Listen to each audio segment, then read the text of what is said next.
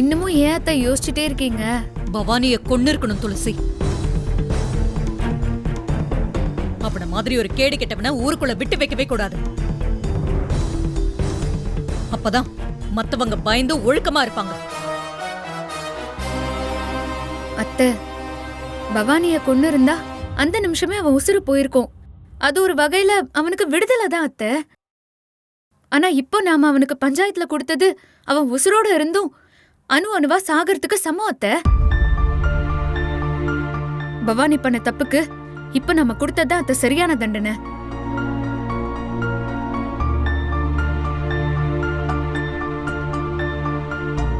ஆமா அத்தை, இனிமே அவனை பத்தி நீங்க யோசிக்கவே கூடாது.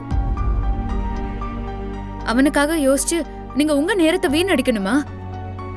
தேவையில்லாம பிரஷர் தான் ஏறும். விடுங்க அத்தை. அபிராமி, துளசி சொன்னதும் சரிதான். அந்த பவானிக்கு பஞ்சாயத்துல ஊருக்கு முன்னாடி வச்சு தண்டனை கொடுத்தாச்சு. அத்தோட விட்டுடு. ஆக வேண்டிய நல்ல காரியம் நிறைய இருக்கு. அதை பத்தி யோசிக்கலாம் நாம. துளசி, ரொம்ப நன்றிமா. நீ மட்டும் சரியான நேரத்துக்கு போகாம இருந்திருந்தா என்னென்னமோ நடந்திருக்கும். என்ன மாமா நீங்க எனக்கு போய் நன்றி சொல்லிக்கிட்டு, அத்தைக்கு ஒரு கஷ்டம்னா அது எனக்கும் தான் மாமா. அத்தைக்கு எந்த பிரச்சனையும் வராம பாத்துக்க வேண்டியது என்னோட கடமையும் தான் மாமா. துளசி, நீ இப்படி பேசுறத கேட்கும் போது ரொம்ப சந்தோஷமா இருக்குமா. அத்தை, ரூமுக்கு போங்க, போய் ரெஸ்ட் எடுங்க. மாமா, நீங்க அத்தைய ரூமுக்கு கூட்டிட்டு போங்க மாமா. வா பிரமி, போலாம்.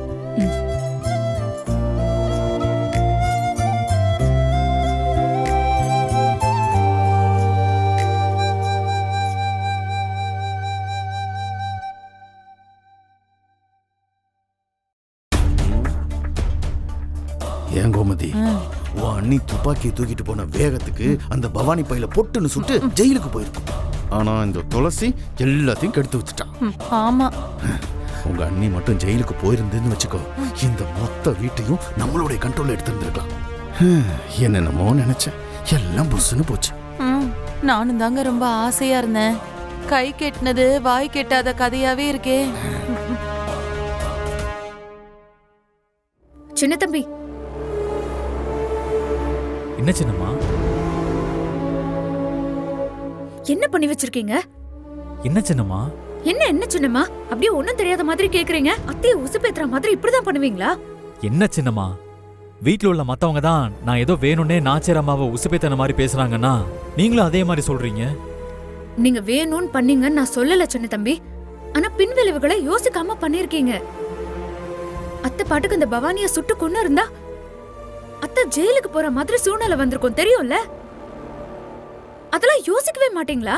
என்ன சின்னம்மா, அந்த பவானி நாச்சியார் அம்மாவுக்கு விஷத்தை கொடுத்து கொல்ல பார்த்தான். அவன் இப்ப வரைக்கும் வெளியில சுத்திக்கிட்டு தான் இருக்கான். அவன் எந்த நம்பிக்கையில விஷம் வைக்கிற அளவுக்கு போனான்னு தெரியல. அவனுக்கே வழி இருக்கிறப்போ நாச்சியார் அம்மாவை சட்டம் தண்டிச்சிருமா?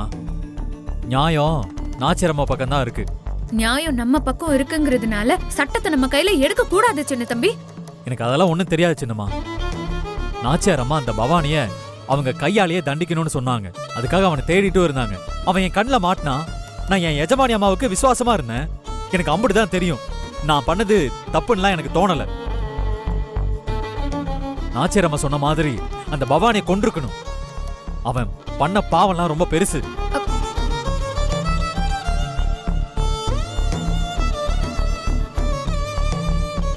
என்ன இவரு இப்படி பேசிட்டு போறாரு?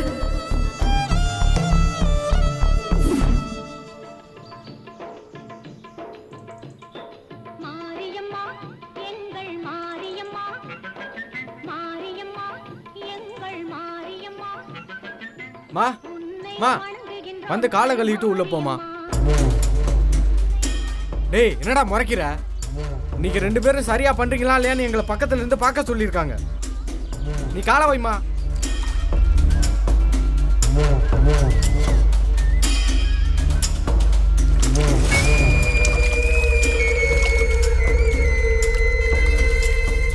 இப்படி நம்மளை அவமானப்படுத்திட்டாங்களே, சும்மா விட மாட்டேன்.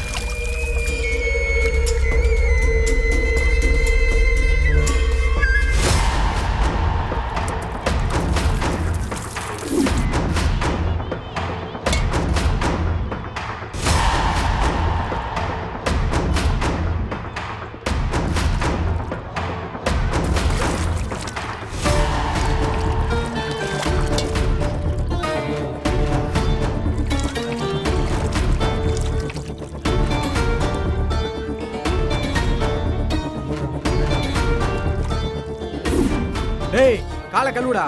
நீ காலை வை பாப்பா. விடுப்பா.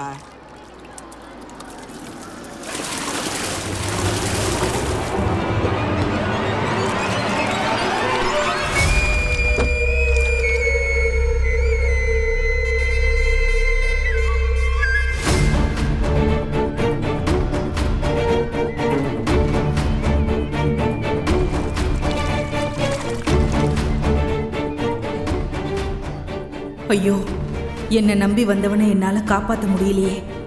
அபிராமி வீட்டு வேலைக்காரன் கொடுத்த தண்டனையை ஏத்துக்கிற நிலைமை ஆயிப்போச்சே.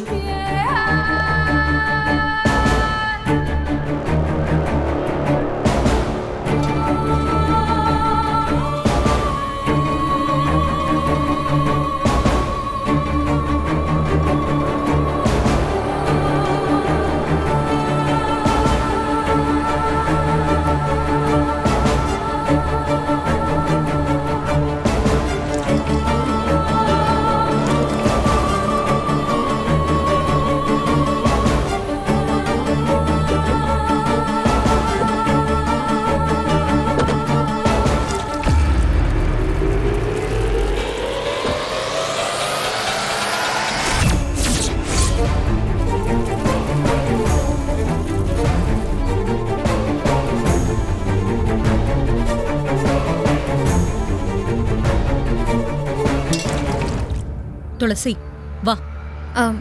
அத்தை, வா துளசி, வான்னு சொல்றேன்ல. சின்ன தம்பி நீயும் வா. அம்மா நான் நீ இல்லாம எப்படிரா? நீங்க சொல்லிட்டா சரிதாம்மா. வாங்கம்மா.